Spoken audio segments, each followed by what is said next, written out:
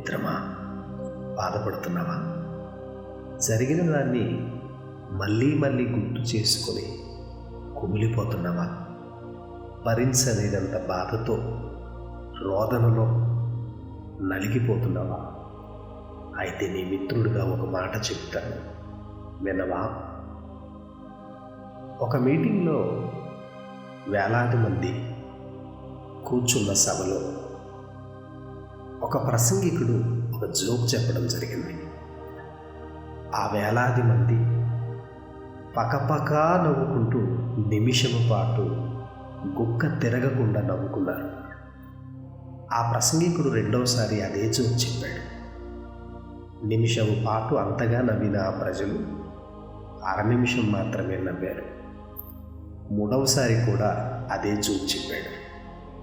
మొదటిసారి నిమిషము నవ్విన వారు రెండవసారి అర నిమిషం నవ్వుకున్న ఆ ప్రజలు మూడవసారి వచ్చేసరికి 10 సెకండ్లు మాత్రమే నవ్వారు. ఆ ప్రసంగికుడు ధైర్యం చేసి 4వసారి కూడా అదే జోకును చెప్పడం జరిగింది. కానీ ఎవరూ నవ్వుకోలేదు. కారణం ఏంటో తెలుసా మిత్రమా? ఒకసారి విన్నది మళ్ళీ గుర్తొస్తే ఆ ఎమోషన్ కాస్త పోతుంది. అదే సంఘటన మళ్ళీ మళ్ళీ వినబడితే 4వసారి వచ్చేసరికి నవ్వే రాకుండా పోయింది. ఈ లాజిక్ మనకు అర్థమవుతే ఈ విషయంలో ఉన్న బోధన మన బుర్రకెక్కితే నీ జీవితంలో నిన్ను మోసం చేసి నీ ప్రమేయం లేకుండా ఎవరో అన్యాయం చేసి నీ జీవితం నుండి వెళ్ళిపోయారు. ఆ వెళ్ళిపోయిన సంఘటన మొదటిసారి గుర్తొస్తే చాలా బాధపడ్డాం, తప్పులేదు. రెండవసారి అదే సంఘటన గుర్తొచ్చింది. మూడవసారి అదే గుర్తొచ్చింది. 4వసారి కూడా గుర్తొచ్చింది. ఆ వేలాది మందిలో ప్రసంగికుడు మొదటిసారి చెప్పినప్పుడు నవ్వినంత ప్రజలు 4వసారి నవ్వలేదు. చూసావు? ఒక్కసారి అది గుర్తు తెచ్చుకో. విన్నది మళ్ళీ గుర్తొచ్చినా జరిగినది మళ్ళీ మళ్ళీ గుర్తొస్తే ఆ బాధ తగ్గాలి తప్ప పెరగకూడదు మిత్రమా. నీ జీవితంలో నువ్వు వద్దని, నీవు నాకు అవసరం లేదని, నీతో నాకు పని లేదని వెళ్ళిపోయిన వారిని గురించి ఆలోచిస్తున్నావే కానీ నీతో ఇప్పటికీ నీవాడిగా, నీ వ్యక్తిగా, నీకోసమే ఉన్న ఆ వ్యక్తి విషయంలో ఆలోచించలేకపోతున్నాను. ఎందుకు? జరిగినది మొదటిసారి బాధ అవ్వాలి, 4వసారి ఆ బాధ నవ్వుగా మారాలి. ఒక్కటి గుర్తుపెట్టుకో మిత్రమా, భూమి మీద నువ్వు బాధపడాలి, ఏడవాలి. ఎప్పుడు తెలుసా?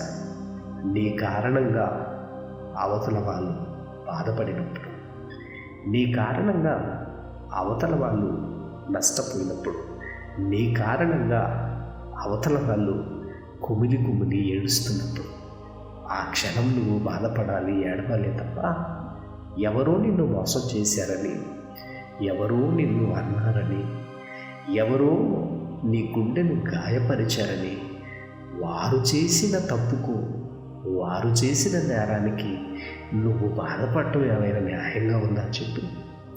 నువ్వు కాదు కదా చేసింది, నీవు కాదు కదా లక్షణాలు కలిగిన వ్యక్తివి, నువ్వు కాదు కదా గుండెను గాయపరిచింది. ఎవరో చేసిన తప్పుకు నువ్వు బాధపడటం నీ మిత్రుడుగా నాకు నచ్చలేదు. ఎవరో చేసిన నేరానికి ప్రతిరోజు నువ్వు శిక్ష అనుభవించటం నీ మిత్రుడుగా నాకు నచ్చటం లేదు. అందుకే నిలబడు, మిత్రమా, నిలబడు. జరిగిపోయిన దాన్ని గుర్తు తెచ్చుకోకు, జరగబోయే దాని గురించి ఆలోచించకు. నేడు ఈ క్షణం నీ మిత్రుడిగా చెప్తున్నాను, రా. ప్రపంచం చాలా బాగుంది, ప్రపంచం చాలా పెద్దది. బావిలో కప్పలాగా ఇదే ప్రపంచం అనుకుని నలిగిపోకు. నీ కళ్ళు పైకెత్తి చూడు. ప్రపంచం ఎంత అందంగా ఉందో, గొప్పగా ఉందో నీకు అర్థమవుతుంది. కాబట్టి మిత్రమా, ఈరోజే, ఈ క్షణమే నీ బాధకు ఫుల్ స్టాప్ పడాలి.